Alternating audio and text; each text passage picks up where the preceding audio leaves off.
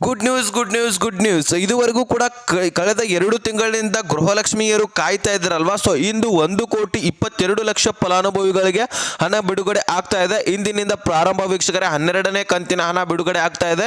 So ನಾಳೆ ಇಲ್ಲ ನಾಡದು ಮತ್ತೆ 9ನೇ ತಾರೀಕು 13ನೇ ಕಂತಿನ ಹಣ ಕೂಡ ಬಿಡುಗಡೆ ಆಗಲಿದೆ. ಟೋಟಲಿ ಈ ಒಂದು 4 ದಿನಗಳಲ್ಲಿ ನಿಮಗೆ 4,000 ಹಣ ಆದರೂ ಜಮಾ ಆಗ್ತಾ ಇದೆ.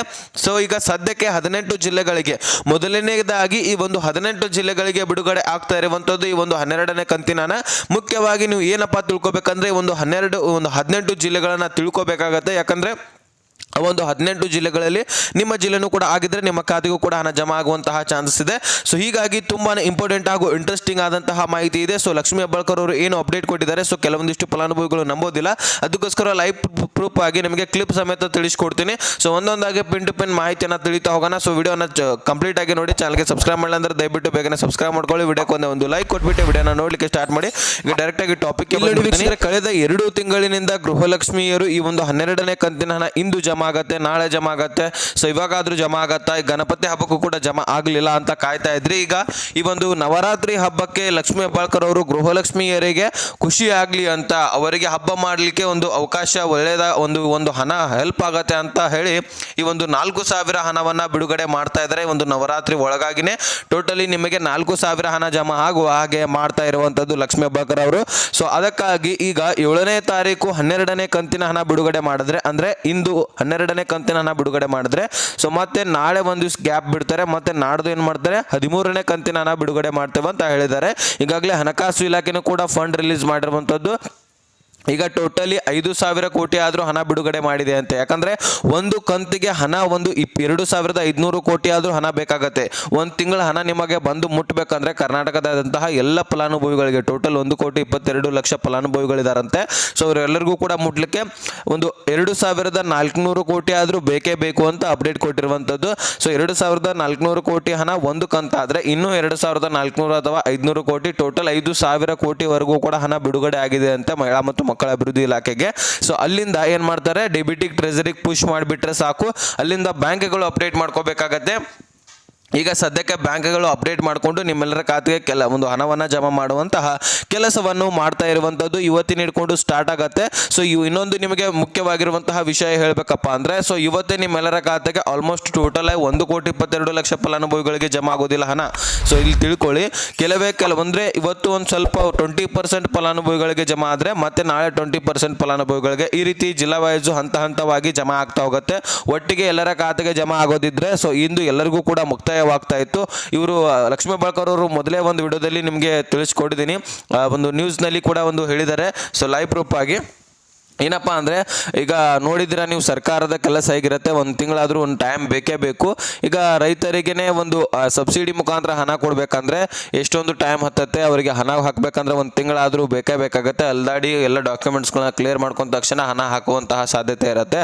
ಹಾಗೆ ಇಲ್ಲಿ ನಾವು ಪ್ರತಿ ತಿಂಗಳು ಕೂಡ ಎಕ್ಸರ್ಸೈಸ್ ಮಾಡ್ತಾ ಇರ್ತೀವಿ. ನಮಗೆ 15ರಿಂದ 20 ದಿನ ಆದ್ರೂ ಟೈಮ್ ಬೇಕಂತಾರೆ. ಟೋಟಲಿ ಕೊನೆಯದಾಗಿ 15 ದಿನ ಆದ್ರೂ ಅವರಿಗೆ ಟೈಮ್ ಬೇಕಂತ ಹೇಳಿದ್ದಾರೆ. ಸೊ ಈಗ ನೀವು ಸದ್ಯದಲ್ಲಿ ಎಲ್ಲರ ಖಾತೆಗೆ ಹಣ ಬರುತ್ತೆ ಅಂದ್ರೆ ಎಲ್ಲರಿಗೂ ಖಾತೆಗೆ ಟೈಮ್ ಆಗೋದಿಲ್ಲ, ಪೇಷನ್ಸ್ ಇಟ್ಕೊಳ್ಳೇಬೇಕು. ಒಂದು ವಾರ ಆದರೂ ವೇಟ್ ಮಾಡಲೇಬೇಕು 12ನೇ ಕಂತಿನ ಹಣಕ್ಕೆ. ಅಂದ್ರೆ ಇವತ್ತು ಕೆಲವೊಂದಿಷ್ಟು ಫಲಾನುಭವಿಗಳಿಗೆ ಜಮಾ ಆದರೆ ನಾಳೆ ಕೆಲವೊಂದಿಷ್ಟು ಫಲಾನುಭವಿಗಳಿಗೆ ಈ ರೀತಿಯಾಗಿ ಹಂತವಾಗಿ ದಿನೇ ಯಾವ ಜಿಲ್ಲೆಗಳಿಗೆ ಯಾವ್ಯಾವರಿಗೆ ಜಮಾ ಆಗ್ತಾ ಇದೆ ಅನ್ನೋದ್ರ ಬಗ್ಗೆ ನಾನು ಅಪ್ಡೇಟ್ ಕೊಡ್ತಾನೆ ಇರ್ತೀನಿ. ಸೊ ಚಾನಲ್ಗೆ ಸಬ್ಸ್ಕ್ರೈಬ್ ಮಾಡ್ಕೊಂಡು ಇಟ್ಕೊಂಬೇಡಿ, ನೋಟಿಫಿಕೇಶನ್ ಕೂಡ ಆಲ್ ಅಂತ ಸೆಟ್ ಮಾಡ್ಕೊಳ್ಳಿ. ಡೈರೆಕ್ಟ್ ಆಗಿ ವಿಡಿಯೋ ನಿಮಗೆ ನೋಟಿಫಿಕೇಶನ್ ಮುಂದೆ ಬಂದು ತಲುಪುತ್ತೆ, ಅಲ್ಲಿಂದ ಡೈರೆಕ್ಟ್ ಆಗಿ ವಿಡಿಯೋನ ನೋಡ್ಕೋಬಹುದು. ಓಕೆನಾ? ಸೊ ಇದು ನೋಡಿ ನಿಮಗೆ ಇಷ್ಟ. ಈಗ ಸದ್ಯಕ್ಕೆ ವೀಕ್ಷಕರೇ ಲಕ್ಷ್ಮೀ ಹೆಬ್ಬಾಳ್ಕರ್ ಇಷ್ಟೊಂದು ಅಪ್ಡೇಟ್ ಕೊಟ್ಟಿದ್ದಾರೆ. 12 ಹಾಗೂ 13ನೇ ಕಂತಿನ ಹಣ ಬಿಡುಗಡೆ ಮಾಡ್ತಾ ಇದ್ದೀನಿ. ಸೊ ಕಳೆದ 2 ತಿಂಗಳಿನಿಂದ ಬಿಡುಗಡೆ ಮಾಡ್ತಾ ಇರಲಿಲ್ಲ. ಈಗ ಬೆಳಗಾವಿಯಲ್ಲಿ ನಡೆದಂತಹ ಒಂದು ಸಭೆ ಮುಗಿಸ್ಕೊಂಡು ಬರುವಂತಹ ಕ್ಷಣದಲ್ಲಿ ಈ ಒಂದು ಅಪ್ಡೇಟ್ ಅನ್ನ ಕೊಟ್ಟಿರುವಂತದ್ದು. ಮತ್ತೆ ಯಾರು ಗೃಹಲಕ್ಷ್ಮಿಯರು ಈಗಾಗಲೇ ಒಂದು ರೇಷನ್ ಕಾರ್ಡ್ಗಳನ್ನ ರದ್ದು ಮಾಡ್ಕೊಂಡಿದ್ದೀರಾ, GST ಮತ್ತೆ ಟ್ಯಾಕ್ಸ್ ಪೇರ್ ಮಾಡ್ತಾ ಇದ್ದೀರಾ, ಟ್ಯಾಕ್ಸ್ ಪೇರ್ ಮಾಡ್ತಾ ಇರುವಂತವ್ರು ಮುಖ್ಯವಾಗಿ ಅವರೆಲ್ಲರೂ ಕೂಡ ಗೃಹಲಕ್ಷ್ಮಿ ಯೋಜನೆಯಿಂದ ತೆಗೆದುಹಾಕಿದ್ದಾರೆ. ಮೊದಲು ನೀವು ಅರ್ಹರಿದ್ದೀರಾ ಇಲ್ವಾ ಅನ್ನೋಂಥದ್ದನ್ನ ಚೆಕ್ ಮಾಡ್ಕೋಬೇಕಾಗತ್ತೆ. ಒಂದು ಗೃಹಲಕ್ಷ್ಮಿ ಸ್ಟೇಟಸ್ಗೆ ಹೋಗಿ ನಿಮ್ಮ ಅರ್ಹತೆ ಇದೆಯಾ ಇಲ್ವಾ ಅನ್ನೋಂಥದ್ದನ್ನ ಚೆಕ್ ಮಾಡ್ಕೊಳ್ಳಿ. ನೆಕ್ಸ್ಟ್ ನೀವು ಆಹಾರ ಇಲಾಖೆಗೆ ವೆಬ್ಸೈಟ್ಗೆ ಹೋಗಿ ನಿಮ್ಮ ರೇಷನ್ ಕಾರ್ಡ್ ಉಳಿದಿದೆಯಾ, ರದ್ದಾಗಿದೆಯಾ ಇಲ್ವಾ ಅನ್ನೋಂಥದ್ದನ್ನ ಚೆಕ್ ಮಾಡ್ಕೊಳ್ಳಿ. ಯಾಕಪ್ಪ ಅಂದ್ರೆ ಈಗ ಬಹಳ ರೇಷನ್ ಕಾರ್ಡ್ಗಳು ರದ್ದಾಗಿರುವಂತಹ ಕಾರಣಕ್ಕಾಗಿ ನಿಮಗೆ ಹಣ ಬರಲಿಲ್ಲಪ್ಪ, ಒಂದೇ ವೇಳೆ ಕಾರಣಕ್ಕಾಗಿ ಅವಾಗ ನಿಮಗೆ ಹಣ ಬರಲಿಲ್ಲ ಅಂದ್ರೆ ಸೊ ಈ ಒಂದು ಮುಖ್ಯ ಕಾರಣ ಆಗಿರುತ್ತೆ. ನಿಮ್ಮ ರೇಷನ್ ಕಾರ್ಡ್ ಕೂಡ ರದ್ದಾಗಿರ್ಬೋದು ಅಥವಾ ಗೃಹಲಕ್ಷ್ಮಿ ಯೋಜನೆಯ ಹಣ ಒಂದು ಸ್ಟೇಟಸ್ನಲ್ಲಿ ನಿಮ್ಮ ಒಂದು ಆದಾಯ ತೆರಿಗೆ ಟ್ಯಾಕ್ಸ್ ಪೇರ್ ಅಂತ ಬಿದ್ದಿರಬಹುದು ತಾಂತ್ರಿಕ ದೋಷದಿಂದ. ಅದಕ್ಕೆ ಅದಕ್ಕೋಸ್ಕರ ಅದನ್ನು ಕ್ಲಿಯರ್ ಮಾಡ್ಕೋಬೇಕಾಗತ್ತೆ. ಅದನ್ನು ಕ್ಲಿಯರ್ ಮಾಡ್ಕೋಬೇಕಂದ್ರೆ ಈಗಾಗಲೇ ಕೆಲವೊಂದಿಷ್ಟು ವಿಡಿಯೋಗಳಲ್ಲಿ ತಿಳಿಸ್ಕೊಟ್ಟಿದ್ದೀನಿ.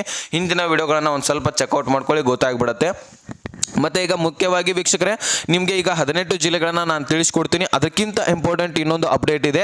ಸೊ ಯಾರಿಗೆ ಹಣ ಬರೋದಿಲ್ಲ, ಪೆಂಡಿಂಗ್ ಅಂತ ಉಳಿತದೆ ನೋಡಿ, ಸೊ ಅವರು ಈ ಒಂದು ಕೆಲಸವನ್ನು ಮಾಡಲೇಬೇಕಂತ ಒಂದು ಲಕ್ಷ್ಮೀ ಹೆಬ್ಬಾಳ್ಕರ್ ಅವರು ಅಪ್ಡೇಟ್ ಕೊಟ್ಟಿದ್ದಾರೆ. ಸೊ ನಾನು ಹಣ ಅಂತೂ ಹಾಕ್ತೀನಿ ಈಗ ಅಮೌಂಟು 2 ತಿಂಗಳದು, ಆದರೆ ಅದು ನಿಮ್ಮ ಖಾತೆಗೆ ಬಂದು ಜಮಾ ಆಗಲಿಲ್ಲಪ್ಪ ಅಂದರೆ, ಅಥವಾ ನಿಮ್ಮ ಖಾತೆಗೆ ಬಂದು ಬರೀ ಮೆಸೇಜ್ ಬರ್ತಾ ಇದೆ ಅಮೌಂಟ್ ಜಮಾ ಆಗಿಲ್ಲಪ್ಪ ಅಂದರೆ, ಈ ಒಂದು ಕೆಲಸಗಳನ್ನು ಮಾಡಬೇಕು, ಅಥವಾ ಈ ಒಂದು ಕಾರಣಕ್ಕಾಗಿ ಆಗಿರೋದಿಲ್ಲ ನಿಮ್ಮ ಖಾತೆಗೆ ಜಮಾ ಅಂತ ಒಂದು ಅಪ್ಡೇಟ್ ಕೊಟ್ಟಿದ್ದಾರೆ. ಅದ್ರ ಬಗ್ಗೆನೂ ತಿಳಿಸ್ಕೊಡ್ತೀನಿ. ಸೊ ಸದ್ಯಕ್ಕೆ ಈಗ 18 ಜಿಲ್ಲೆಗಳನ್ನು ನೋಡ್ಕೊಳ್ಳಿ, ಯಾವ ಜಿಲ್ಲೆಗಳು ಅಂತ ನಾನು ಮುಖ್ಯವಾಗಿ ನೋಡಿ ಒಂದೊಂದಾಗಿ ಹೇಳ್ತಾ ಹೋಗ್ತೀನಿ. ಬಳ್ಳಾರಿ, ಗದಗ, ಹಾಸನ, ಕಲಬುರಗಿ, ವಿಜಯನಗರ, ಧಾರವಾಡ, ಯಾದಗಿರಿ, ಉತ್ತರ ಕನ್ನಡ, ದಕ್ಷಿಣ ಕನ್ನಡ, ದಾವಣಗೆರೆ, ಉಡುಪಿ, ತುಮಕೂರು, ಚಿತ್ರದುರ್ಗ, ಚಿಕ್ಕಮಗಳೂರು, ಶಿವಮೊಗ್ಗ, ರಾಯಚೂರು, ಚಿಕ್ಕಬಳ್ಳಾಪುರ, ಚಾಮರಾಜನಗರ. ಸೊ ಇಷ್ಟು ಜಿಲ್ಲೆಗಳಿಗೆ ಹಣ ಬಿಡುಗಡೆ ಆಗ್ತಾ ಇದೆ. ಈ ಒಂದು ಜಿಲ್ಲೆಗಳಲ್ಲಿ ನಿಮ್ಮ ಜಿಲ್ಲೆನೂ ಕೂಡ ಆಗಿದ್ರೆ ಬರೀ ಇಲ್ಲಿ ಎಲ್ಲರಿಗೆ ಜಮಾ ಆಗೋದಿಲ್ಲ, ಇಲ್ಲಿ ಇರುವಂತಹ ಒಂದು 20ದಿಂದ 30% ಫಲಾನುಭವಿಗಳಿಗೆ ಹಣ ಜಮಾ ಆಗತ್ತೆ ಅಂತ ಹೇಳಿದ್ದಾರೆ. ಸೊ ನೋಡಿ, ಓಕೆನಾ. ಈಗ ಎಲ್ಲರಿಗೂ ಕೂಡ ಜಮಾ ಆಗೋದಿಲ್ಲ 100%. ಈಗ ನಾನು ಹೇಳಿದ್ನಲ್ಲ ಯಾವ ಜಿಲ್ಲೆಗಳನ್ನು, ಬಳ್ಳಾರಿ, ಕಲಬುರಗಿ ಈ ಒಂದು ಜಿಲ್ಲೆಯನ್ನು ಹೇಳಿನಂತ ಅನ್ಕೊಳ್ಳಿ. ಈ 2 ಜಿಲ್ಲೆಗಳಿಗೆ ಸಂಪೂರ್ಣವಾಗಿ ಜಮಾ ಆಗೋದಿಲ್ಲ ಎಲ್ಲರ ಖಾತೆಗೆ. ಅಲ್ಲಿರುವಂತಹ 20ರಿಂದ 30% ಫಲಾನುಭವಿಗಳಿಗೆ, ಈಗ 100 ಮಂದಿ ಅದರಂತ ಅನ್ಕೊಳ್ಳಿ, ಆ 100 ಜನರಲ್ಲಿ 30 ಜನರಿಗೆ ಮಾತ್ರ ಹಣ ಜಮಾ ಆಗುತ್ತೆ ಇಂದು.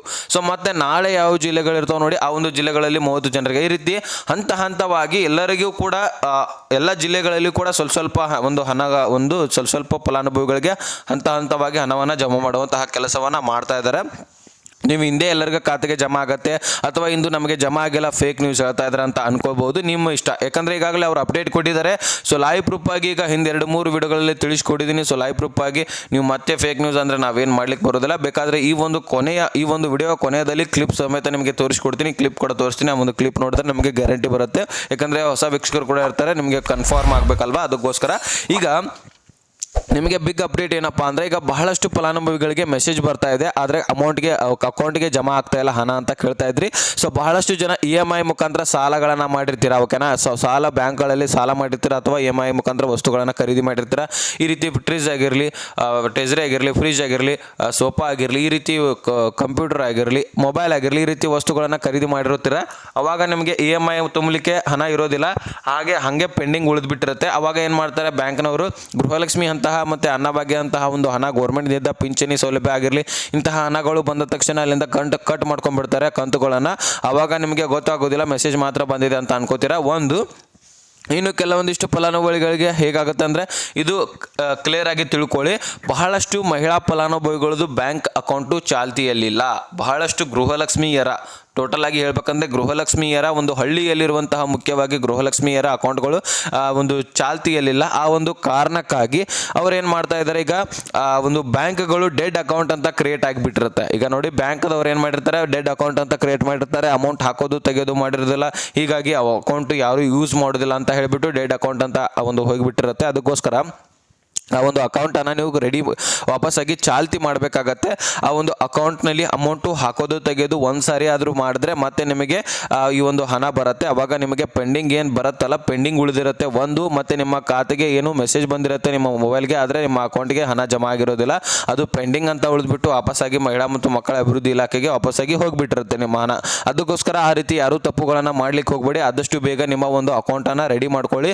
ಸೊ ಈ ಸಮಸ್ಯೆ ಯಾರ್ಯಾರ್ದು ಆಗಿದೆ ನೋಡಿ, ಸೊ ಬಹಳಷ್ಟು ಫಲಾನುಭವಿಗಳದಾಗಿದೆ. ಸೊ ಕಮೆಂಟ್ ಕೂಡ ಮಾಡ್ತಾ ಇದ್ರಿ ಮೊದಲಿಗೆ. ಈಗ ಸದ್ಯದಲ್ಲಿ ಯಾರ್ದಾಗಿದೆ ಅವರೆಲ್ಲರೂ ಕೂಡ ಕಮೆಂಟ್ ಮುಖಾಂತರ ತಿಳಿಸಿ, ಏನೇ ಪ್ರಾಬ್ಲಮ್ ಇದ್ರು, ಅಥವಾ ನೀವು ಡಿಸ್ಕ್ರಿಪ್ಷನಲ್ಲಿ ಇನ್ಸ್ಟಾಗ್ರಾಮ್ ಲಿಂಕ್ ಇರುತ್ತೆ, ಅಲ್ಲಿಂದ ನನಗೆ ಮೆಸೇಜ್ ಮಾಡಿದ್ರೆ ಸಪ್ರೇಟ್ ಆಗಿ ನಿಮ್ಮ ಜೊತೆ ಕಾಂಟ್ಯಾಕ್ಟ್ ಆಗಿರ್ತೀನಿ, ಓಕೆನಾ. ಸೊ ಟೆಲಿಗ್ರಾಮ್ ಚಾನಲ್ಗೂ ಕೂಡ ಜಾಯ್ನ್ ಆದರೆ, ಸೊ ಅಲ್ಲಿ ಕೂಡ ನಾನು ನಿಮಗೆ ಕಾಂಟ್ಯಾಕ್ಟ್ ಆಗಿರ್ತೀನಿ. 2 ಲಿಂಕ್ಗಳು ಡಿಸ್ಕ್ರಿಪ್ಷನ್ ಇರುತ್ತೆ, ಅಲ್ಲಿಂದ ಜಾಯ್ನ್ ಆಗಿ ದಿನನಿತ್ಯ ಬರುವಂತಹ ಅಪ್ಡೇಟ್ಗಳು ಕೂಡ ಸಿಗ್ತಾ ಇರುತ್ತೆ, ಓಕೆನಾ. ಈ ಒಂದು ಮಾಹಿತಿ ಇಷ್ಟೇ ಮುಗಿಸ್ತಾ ಇದ್ದೀನಿ. ಸೊ ವೀಕ್ಷಕರೇ, ನಿಮಗೆ ಒಂದು ಅಪ್ಡೇಟ್ ಕೊಡಬೇಕಾಗಿತ್ತು. ಆ ಒಂದು ವಿಡಿಯೋ ಕೂಡ ಕ್ಲಿಪ್ ಕೂಡ ನಿಮಗೆ ತೋರಿಸ್ತೀನಿ ಕೊನೆಯದಾಗಿ, ಅದನ್ನು ನೋಡಿ ನಿಮಗೆ ಕ್ಲಿಯರಿಟಿ ಸಿಗುತ್ತೆ, ಓಕೆನಾ. ಸೊ ಲಕ್ಷ್ಮೀ ಹೆಬ್ಬಾಳ್ಕರ್ ಅವರ ಅಪ್ಡೇಟ್ ಸ್ವತಃ ಕೊಟ್ಟಿರುವಂಥದ್ದು, ಅದನ್ನೇ ನಿಮಗೆ ಕ್ಲಿಪ್ ಸಮೇತ ತೋರಿಸ್ತಾ ಇದ್ದೀನಿ. ಅದನ್ನು ನೋಡ್ಕೊಂಡ್ರೆ ನಿಮಗೆ ಕನ್ಫರ್ಮ್ ಆಗುತ್ತೆ. ಕೊನೆಯದಾಗಿ ಒಂದು ಕ್ಲಿಪ್ಪನ್ನು ನೋಡ್ಕೊಳ್ಳಿ, ನೆಕ್ಸ್ಟ್ ಮಾಹಿತಿ ಒಂದು ಸಿಗೋಣ. ಸೊ ಅಲ್ಲಿ ತನಕ ಬೈ ಬೈ ಟೇಕ್ ಫ್ರೆಂಡ್ಸ್. ಲಕ್ಷ್ಮಿಯವರಿಗೆ ಈಗ ಲಕ್ಷ್ಮೀ ಹೆಬ್ಬಾಳ್ಕರ್ ಅವರು ಗುಡ್ ನ್ಯೂಸ್ ಅನ್ನ ಕೊಡ್ತಾ ಇರುವಂತದ್ದು. ನಮ್ಮ ಜೊತೆಗೆ ಸಚಿವೆ ಲಕ್ಷ್ಮೀ ಹೆಬ್ಬಾಳ್ಕರ್ ಅವರಿದ್ದಾರೆ, ಅವ್ರನ್ನ ಮಾತಾಡ್ತೇನೆ. ಗೃಹಲಕ್ಷ್ಮಿಯರಿಗೆ ಈ ಬಾರಿ ನವರಾತ್ರಿ ಉತ್ಸವದಲ್ಲಿ ಗುಡ್ ನ್ಯೂಸ್ ಕೊಡ್ತಾ ಇರುವಂತದ್ದು. ಹೌದು, ಖಂಡಿತ. ಸುಮಾರು 2 ತಿಂಗಳಿಂದ ಹಣವನ್ನ ಬಿಡುಗಡೆ ಮಾಡಿರ್ಲಿಲ್ಲ. ಈಗ ನವರಾತ್ರಿ ಹಬ್ಬದ ನಿಮಿತ್ತ ಎಲ್ಲ ನನ್ನ ಗೃಹಲಕ್ಷ್ಮಿಯರು ಖುಷಿಯಲ್ಲಿ ಇರ್ಲಿ ಅಂತ ಹೇಳಿ ಈಗ 2 ಕಂತನ್ನ ಬಿಡುಗಡೆ ಮಾಡಿದ್ದೀನಿ. 7ನೇ ತಾರೀಕು 1ನೇ ಕಂತು ಬರುತ್ತೆ, 9ನೇ ತಾರೀಕು 2ನೇ ಕಂತು. ಸೊ 4,000 ರೂಪಾಯಿಯನ್ನ 1,22,00,000 ಯಜಮಾನಿಗಳಿಗೆ ಹಣವನ್ನ ಬಿಡುಗಡೆ ಮಾಡಿದ್ದೀನಿ.